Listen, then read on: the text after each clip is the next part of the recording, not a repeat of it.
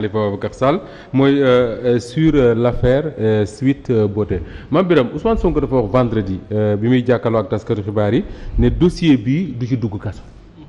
ci lan la war a teg ne dossier bi du ci dugg kaso. du moom rek moo koy wax de. sénégalais yi nga xamante ne ni jot nañu am accès ci procès verbaux yëpp. nee nañu lii c'est pas sérieux bu demee non lieu lay yem. te man dama jàpp ne si le juge d'instruction a convoqué une partie pour déglu ko. c'est pour recueillir des informations prouvant que ne dossier bi fii la mérité ñu yemale ko foofu. mais tout à l'heure Pape Sané. bu muy expliquer dafa waxee noo xamante ne ni da ngay jàpp ne Adji Sarr moom benn viol lay jiiñ Ousmane Sonko mooy bi nga xamante ni moo xew ba ko le gosse laa doon xaar si bunt bi. bu mujj bi. très bien. alors que demeewul noonu moom nee na plus vol répétitif la wax plusieurs viol premier bi viol bi mu ne def nañ ko ak dernier viol bi ay mois am na ci diggante bi xam nga Pape Sané dane bu viol amee rek le lendemain da nga war a dem présenter et cetera wala aussitôt waaw aussitôt très bien mu bëgg la waxal ne kii ni viol yi muy wax yenn yi bu njëkk ba ak bu mujjee bi pratiquement at mu ngi ci digg bi te on a vu yi nga wax ne noonu la sa xarit bi wax ay yére yu xootee ko yooyu contraire bi la ñu gis une fille joyeuse nekk ci Snapchat bi di génne ay photos yu bees di photo wu ak leneen loolu la ñu gisuñu koo xamante ne nii dafa traumatisé comme d'habitude noonu lay demee bu nekkee une fille dañ ko violé tout à l'heure monsieur Kaba dafa wax ne inspection générale d'État ku mu audité ba inculpé la rek dañ la war a yóbbu kaso. moom loolu mooy position dañ la war a yóbbu ci yoon. d'habitude damay faral di wax ne le président Macky Sall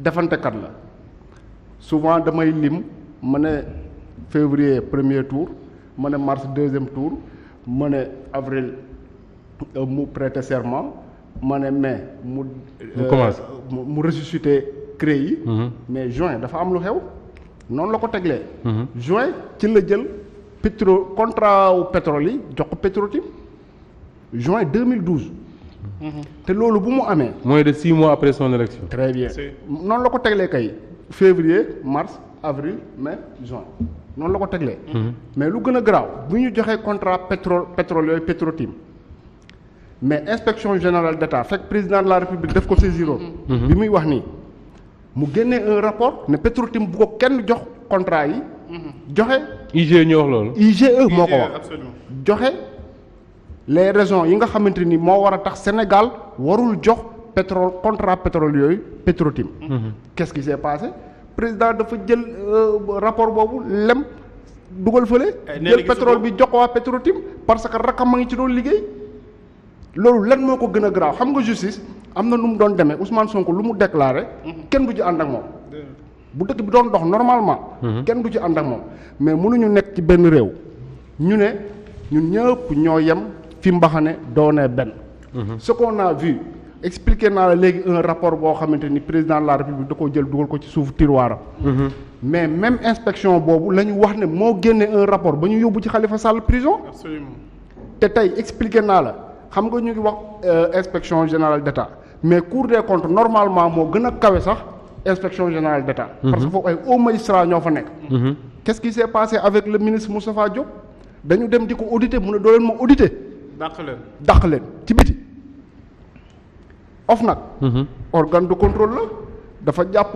Omar Ñebbe bu kuddu Cheikh Omar waaw bu kuddu mais dañ ko jëlee poste de directeur yóbbu ko poste de ministre kan moo def loolu du président de la république OFNAC ku fa nekkoon ñu dàq ko le président il n'est pas démocrate te moom exemple la yow exemple nga ne président de la république il n'est pas un démocrate te ñun dañu juum moo tax Sénégal damay toog may kaf ak sama benn xarit ma ne ko 2012 sénégalais yi voté loon Macky Sall yëpp dañoo war a nangu seen i carte électeur tere leen voté parce que ñun erreur bu rëy la ñu def mais bien sûr parce que xam nga président Macky Sall il avait déjà donné des signes sénégalais yi ñoo ko gëmm rek concentré wu si maître Abdoulaye Wade mi ñu ne dafa bëggoon a teg doomam mais Macky Sall signes yu mu wone waroon na ko disqualifier ba 2012 sénégalais yi duñ ko fal parce que 2007 voté na 100 carte d'identité ñëw mbëkk bureau bi kii xam na ci dara il a fait ça le président Macky Sall fal nañ fi ay député seen mandat jeex bàyyil ma yeggale après expliquer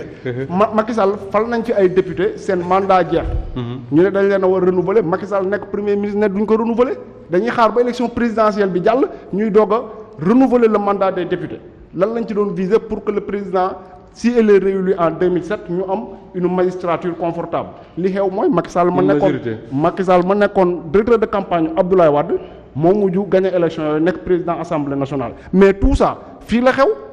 on peut pas l'oublier exemple enfin preuve la que ni le président Macky Sall n'est pas un démocrate. dafa na ko na ci ñëw dafa wax loo xamante ni xam nga nee na. oui.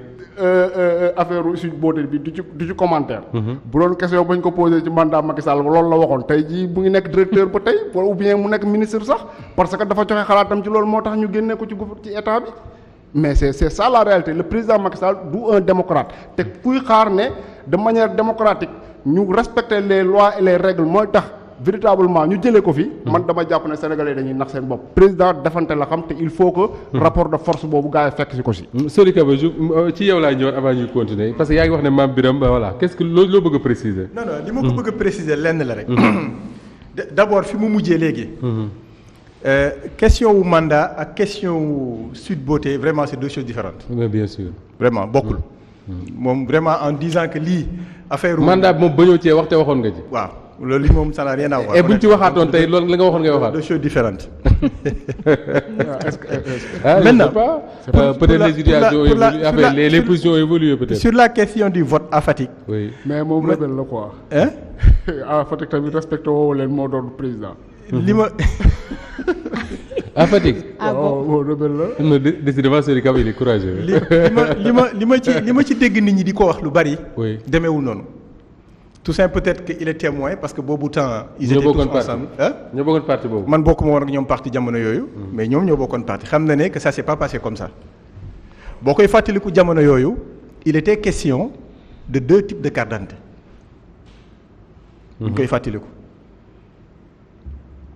ensuite nit bu ñëwee di voter yow nga nekk représentant wu parti politique il se trouve que man ci sama carte d'identité bi dafa expiré de 2-3 jours ou de 5 jours ou de 2 mois am naa droit voter ci mais yow en tant que représentant bu la neexee nga ne du ma ci voter loolu moo andi woon coow li. ah déet yaa ngi bëgg a bindaat histoire bi de. maa ngi bëgg a. yaa ngi bëgg a bindaat histoire bi de. bàyyi ko mu bindaat ko. allez-y. non mais je ne réécris rien dis-moi le contraire. si loolu la demee kay. allez-y parce que cette version là ça m'intéresse allez-y. déedéet demeewul noonu de. mais comment un premier ministre peut venir jóge Dakar ba Fatick di voter ji te yoroo sa carte d'électeur yoroo sa carte d'identité loolu xel mën na ko nangu. ah Aïssata Tall Sall def na ko ci local yi passé rek c'est bien possible jël avion jël si carte d'identité Dakar dellu Fouta. ah oui jël na avion bien sûr jël na avion. parce que mais au moins jël na avion pour ñoom mu voter. may ko mu yeggale léegi. voilà je pense que affaire yi dafay am fu muy toll mooy li ngay wax léegi sur les rapports de l'IGE xam nga ñun au Sénégal on a une bonne manie à aller au-delà de nos prérogatives. man mënumaa gëm li nga wax noonu que le président de la République IGE def nañ ko de telles recommandations sur Petro-Tim mu jël ko ranger ko jël def ko neex mënut a ne. mais c'est Sori Kaba là c'est li muy wax ni c'est sur la place publique ah. mais c'est sur la place les recommandations de l'IGE là mais loolu moom. Mame Birame a raison loolu. sur Petro-Tim laa wax. waaw sur Petro-Tim c'est accessible à tout le monde allez-y. Mame Birame may ko maagal bu fekkente ne comme le dit Thierno Alassane Sall. ouais par exemple waaw oui. parce que moom dans le livre qu'il a publié. dans tous ses propos il a tendance di ciy dellu si lu bari sur ces questions là. oui. mais lu ci ëpp ci lu mu ciy wax. ay confidence la ëpp lu muy def que les prérogatives d'un ministre. te ñu bari foofu la ñu sukkandiku di wax li ñuy wax mais kenn mënu maa wax ne rapport baa ngi nii lire na ko et recommandation bi figure à telle page tel lieu kenn je défie qui que ce soit de me le dire. su boobaa man je me range. tapel Google léegi rek nga gis ko c'est de notoriété publique si yëpp a ko wax. mais loolu le rapport a été lu par pratiquement tous les Sénégalais. d'accord. avec un rapport de présentation de Aly Ngouille Ndiaye. Voilà. Mais c'est intéressant quand même qu'on puisse peut-être il faut qu'on puisse faire ça, c'est-à-dire que dire que le rapport a été publié à telle date et que recommandation c'est à telle page. C'est ce qu'il dit, ça me semble intéressant. Mais non, parce que aussi mais n'empêche, man je reste convaincu que les recommandations existent. Non mais mun na nekk. Oui. Mun na nekk. Et même ça, les recommandations. De quelles recommandations pourrait-il s'agir de quelles recommandations pourrait-il être question. xam nga yooyu yëpp tey pour man. dans des débats publics pour man l'opinion qui nous écoute waruñu koo abuser ci ñoom. il faut qu'on leur dise loo xamante ni c'est du vrai man c'est là où j'ai un problème léeg-léeg su ma toogee di observer wala may déglu Pape Mokhtar wax na ko léegi dama dellu si non man de loin j'observais j'écoutais amul émission politique bu may rëcc mais à un moment donné franchement je tombe des nues parce que da ngay déggu ay commentaires di déggu ay kaddu yoo xamante ne je me dis mais notre pays est en train de voler bas très bas. loolu responsable des classes politiques bi la moom. mais principalement. mais la presse également. ah oui bien sûr. Nous tous on est responsables dans cette affaire-là parce que aujourd'hui pour man il y a pas un homme politique qui qu'il soit nga war di mën a prononcer sur un dossier si tu n'as pas la maîtrise. Absolument. su boobaa tu vas raconter des histoires même chose pour un journaliste. man jàpp naa ne quand Toussaint est devant toi nga war ko mën a poser une question. dafay fekk nga maîtriser ce qui se passe dans cette 13e législature en cours. dëgg la. ba nga mën koo war a wax lu leer. c'est important à mon avis. mën nga lire en temps d'avance. ça c'est le rapport de l'IGE. oui. waaw ban page lañ doon waxee. envoyé naa la WhatsApp sax benn c'est important. d'accord mais il faut que ñu waxal ko ne. non Pape Sané va le faire pour nous. alors Ramatoulaye pour terminer sur cette question là su fekkee ne Pape Makhtar amul leen lu mu ci wax. moo di ne le juge d'instruction encore une fois war na déglu Ndeye Khady Ndiaye ñu ne mardi à 10h. Walf Quotidien bind na tey que ni courant avril dinañ déglu Ousmane Sonko. mais su may déglu réew mi ah ni muy doxee j'ai l'impression que ni nit ñi am na ñoo xam ne bokk ci citoyens sénégalais yi surtout ñu farak Ousmane Sonko ñoom ña ngay préparé wu déjà gis naa sax fu ma lire ñu ne opération gunge Ousmane xaw ma nu ñu ko tuddee affaire yooyu. et là est-ce que nekkuñu di delluwaat la ñu vivroon en 2021 si on fait pas attention. si on ne fait pas attention Moustapha effectivement parce que dossier bi xam nañu lan la soulevé woon auparavant. lan la convocation Ousmane Sonko indi woon gisoon nañu également li nga xamante ni moo doon manifestation et tout war nañ ko mën a traiter de telle sorte que mu bañ a am li nga xamante ni gisoon nañ ko fi scène bi nga xamante ni gisoon nañ ko fi ak perte de vie yi nga xamante ni amoon na ci ndax tey jii aussi quoi qu'on puisse dire mën nañu ne la situation a changé comment parce que ki ñuy tuumaal fi mu nekk nii il est maire mën nañu xool égal compte tenu de cette casquette là aussi comment gérer ce dossier là bien vrai que bon il est maire mais quand même justice bi mënul bañ a dem wuy ji mais rek député ci am justice moom justice waaw mais aussi il faut que ñu xool l'attention également au niveau du pays xool également les populations ñi nga xamante ni ay farandoo Sonko la ñi nga xamante ni jaral na leen lépp moom fi mu nekk nii pour dem gunge ko gis nañ ko déjà ba ko ñoom Barth doon wuy ji Sonko accompagner ko cette foule là qu'il y a eu nga xamante ni indi woon na tamit yeneen tension il faut que je pense que autorités yi tenir compte de cet aspect là parce que fi mu nekk ni stabilité moom soxla nañ ko fii ci réew mi te à ce rythme bu fekkee nag soulever waat nañu dossier bi te xam nañu ni c'est deux camps yoo xamante ni ku ci nekk nar nga ci def qui se regarde en chien de faïence ça mën a wax parce que opposition comme pouvoir ku ci nekk da ngay jël say dispositions du coup ça va être très délicat te yaakaar naa ne aussi war nañu jël des mesures par rapport à ça. Pape Sané tu as trouvé la page. le rapport page bi recommandation yi nekk. non mu ngi nii. qu'est-ce que ça dit. c'est simple pour abréger ko donc c'est un rapport qui date du 21 septembre 2012. ñaari inspecteurs généraux d'État kii di Gallo Samba ak Omar Sarr ñoom ñoo defoon rapport bi. ci biir rapport bi préambule déjà ñoom dañ ci tuumal. dañ ci tuumal ki nga xam ne mooy l'ancien ministre de l'énergie mooy Karim Wade. tuumal ci directeur Petrosen à l'époque Ibrahima Mbodj ba léegi mooy directeur Petrosen. tuumal ci ministre Aly Ngouille Ndiaye à l'époque moo nekkoon ministre de l'énergie. tuumal ci également le président Macky Sall. ñoom li ñu wax dañ ne. dafa am ay manquements graves yi nga xam ne dañ ko constaté te manquement yooyu juróomi manquement la juróomi faute ñoom nañu constaté ñu ne benn bi octroi contrat Petrotim bi permis de recherche et de partage d'hydrocarbures relatif au bloc de Saint-Louis offshore profond et Kayar offshore profond en violation de la réglementation mooy maanaam nañ leen ko joxee dañ ko respecté wul li texte respecté wul normes yi ñu continuer bi ñu kiiyee dañuy wax mooy c'est simple dañ ne si seen conclusion dañ ne dafa am absence ou tenue réglementaire de registre des hydrocarbures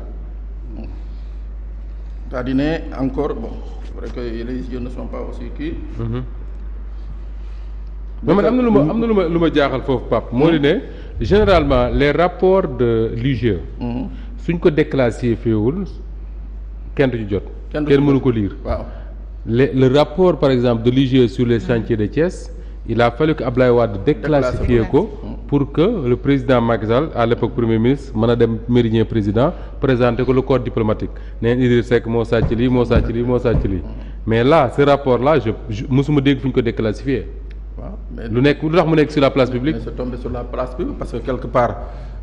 Les journalistes ont bien travaillé. y a des gens qui voilà donc li fait bi gën a kii nee nañ ñoom. li ñu imputé ki nga xam ne mooy Aly Ngouille Ndiaye. nee nañ dafa xaarul sax ñoom résultat yi nga xam ne ñoom moom lañ doon def xaarul résultat yi dans sa tête mu def un rapport de présentation de décret jox ko président de la République. parce que Abdoul Mbaye premier ministre a doon na wax ne Aly Ngouille Ndiaye dafa nax président Macky Sall ci rapport de boobu nga rapport de présentation boobu mu ko defal. mais lii yëpp on en a tellement débattu à l'époque. oui bien sûr donc ça m'étonne d'ailleurs que ñu ciy revenir à ce moment précis parce que on en a tellement parlé. Abdoul Mbaye ñëw na fii d'ailleurs dans la salle de rédaction de Walf Quotidien il en a longuement parlé li ngay wax ni Sori Kaba c'est que buñ ci dellu siwul. oui alors que fii lañ ko waxaatee. oui en citant un exemple. oui. d'un dossier sur lequel le président a mis son coude. Mais alors que. Oui. Comme ni nga ko waxee dans les faits c'est autre chose. C'est autre chose parce que lii ce rapport là. amu ci lenn loo xamante ne aujourd'hui recommandé nañu ko ci. te mënuñu ko rectifier ba remettre ko sur les rails en bonne et due forme. non parce que IGE aussi. oui non absolument pas. non may ko mu daaneel may ko mu daaneel. lu mën a nekk la allez-y Sori Kaba allez-y. contrat ba joxe président joxe na ko bu yàgg. président da ko joxe avant rapport IGE bi di génn. c'est ça qui est étonnant avant rapport bi génn. waaw mais attends kon wax ñi ñaar la. oui parce que moom dafa ni. le rapport de l'IGE a dit que waruñ ko joxe président nëbb ko joxe ko loolu la fi wax waaw. oui. ak le rapport l'IGE a fait le rapport après exécution de non IGE def ne avant muy pare ses recommandations avant muy pare rapport boobu Aly Ngouille Ndiaye def na rapport de présentation au président. mais donc ça c'est pas le président c'est le ministre là. waaw c'est normal ça. voilà loolu c'est normal. voilà donc mënoon na xaar ba IGE. non mais cela ne dédouane pas jusqu'à présent. cela ne dédouane pas. ceux qui pensent que daf ci teg kuddam pour jox ko Petro-Tim. dossier kudd boobu rek. dossier kudd il a mis les coudes là c'est pas le seul dossier là il a mis. am na yeneen ak yeneen. mais bii bokkul. d'accord c'est pas un dossier kudd mais bii bokkul. d'accord le coude il y avait beaucoup de dossiers c'est pas le seul dossier. waaw xaw ma ban la mais bii bokku ci. bu kudd bi sax dañuy teg kuddam. waaw. mais ce débat est intéressant alors Toussaint Manga Sénégal.